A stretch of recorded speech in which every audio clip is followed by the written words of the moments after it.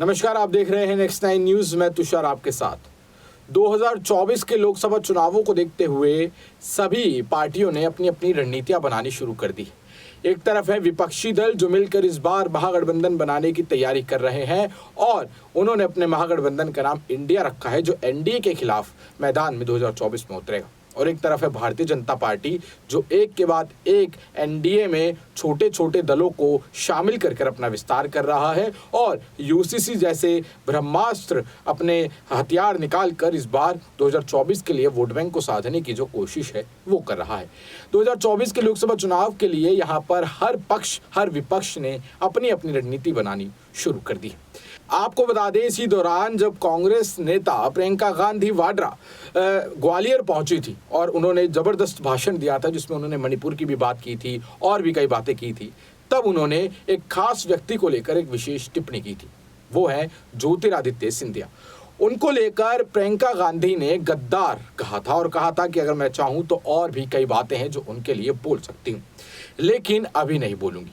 जी हाँ, आपको बता दें कि ज्योतिरादित्य सिंधिया वही हैं जिन्होंने मध्य प्रदेश में कांग्रेस की सरकार गिराई थी। कांग्रेस से बागी होकर कई विधायक लेकर वो बीजेपी खेमे में चले गए थे और बीजेपी की सरकार वहां पर बन गई थी। शिवराज सिंह चौहान जो है मध्य प्रदेश के मुख्यमंत्री बन गए थे और कमलनाथ जिनको जनता ने चुना था उनकी सरकार गिर गई थी। उसी को लेकर जब जब प्रियंका गांधी जो है वो मध्य प्रदेश जाती हैं तो हर बार वो ज्योतिरादित्य सिंधिया पर कड़े वार करती हैं। लेकिन इस बार ज्योतिरादित्य सिंधिया का भी बड़ा बयान सामने आया है। प्रियंका गांधी के गद्दार वाले स्टेटमेंट पर उन्होंने जबरदस्त हमला कांग्रेस पर किया है और प्रियंका गांधी पर किया है। क्या कहा है उन्होंने, चलिए आपको सुनाते हैं। प्रधानमंत्री जी की सोच और विचारधारा कि हर माह संपूर्ण देश में 70,000 हमारे नौजवानों को रोजगार के अवसर सृजन हो पाए। आज तक 6 संस्करणों में 4 लाख रोजगार के अवसर उत्पन्न हो पाए और आज भी अनेक संस्थाओं को ये रोजगार के अवसर उत्पन्न हो पाए।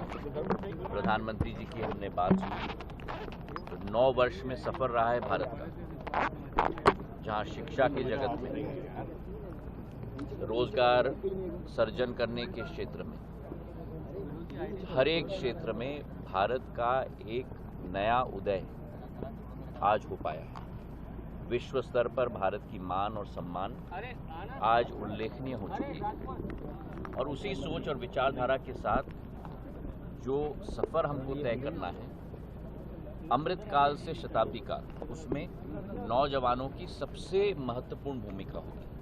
तो निजी क्षेत्र के साथ साथ सरकार भी आगे बढ़कर वो रोजगार के अवसर सृजन कर रही है। 2014 के पहले जब या तो रोजगार के अवसरों के लिए लाइन पे खड़ा होना पड़ता था और या तो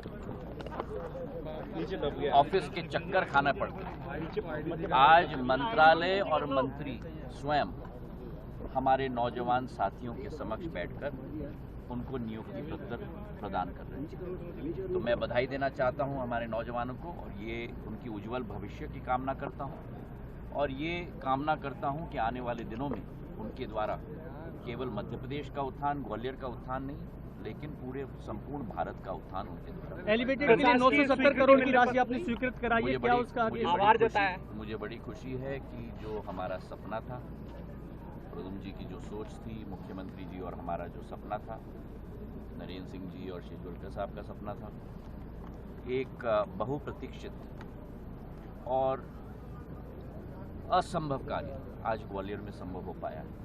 एलिवेटेड रोड का पहला भाग मैं स्वयं मॉनिटर कर रहा हूं हर हफ्ते पर और उसका अब दूसरे भाग की स्वीकृति कैबिनेट से मिल चुकी है।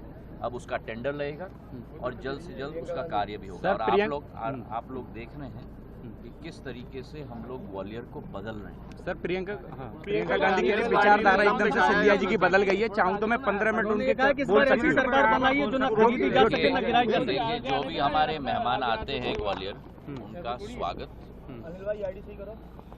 और स्वागत के साथ साथ शायद पहली बार ग्वालियर आई हैं तो उनका स्वागत सत्कार, लेकिन जो मंच पे दूसरे लोग थे शायद उनकी आंखों में अब ग्वालियर का बदलता हुआ सूरज झलक रहा है और स्वयं शायद देख पाए, लेकिन वे भी जैसे पूर्व में ग्वालियर में केवल मेहमान की तरह आते थे, आज कल के कार्यक्रम में भी वे लोग भी कई नेता जो उस मंच को साझा कर रहे थे, कार्यक्रम समाप्त होते ही वापस चले गए हैं। शायद आपके जरिए वो दृश्य, बदलता हुआ ग्वालियर का दृश्य, वो देख पाए। और अगर कांग्रेस की सरकार होती तो मैं आपसे प्रश्न करना चाहता हूँ, क्या ये सब संभव हो पाता? क्या एयरपोर्ट संभव हो पाता?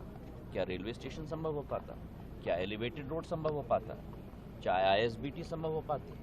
चाहे 1000 बिस्तर का अस्पताल संभव हो पाता? मुख्यमंत्री शिवराज सिंह जी की सरकार, प्रधानमंत्री जी की सरकार विकास और प्रगति पर केंद्रित है और उसका सबसे बेहतरीन उदाहरण आप और हम स्वयं गवाह हैं कि जिस तरीके से कोरोना काल में देखते हुए भी ग्वालियर बदल रहा है। और आपका जो सपना था, आपके सुझाव जो आते थे मेरे पास, आज उन पर साकार रूप से हम लोग कार्य कर रहे हैं और बदलता हुआ ग्वालियर के गवाह आप लोग भी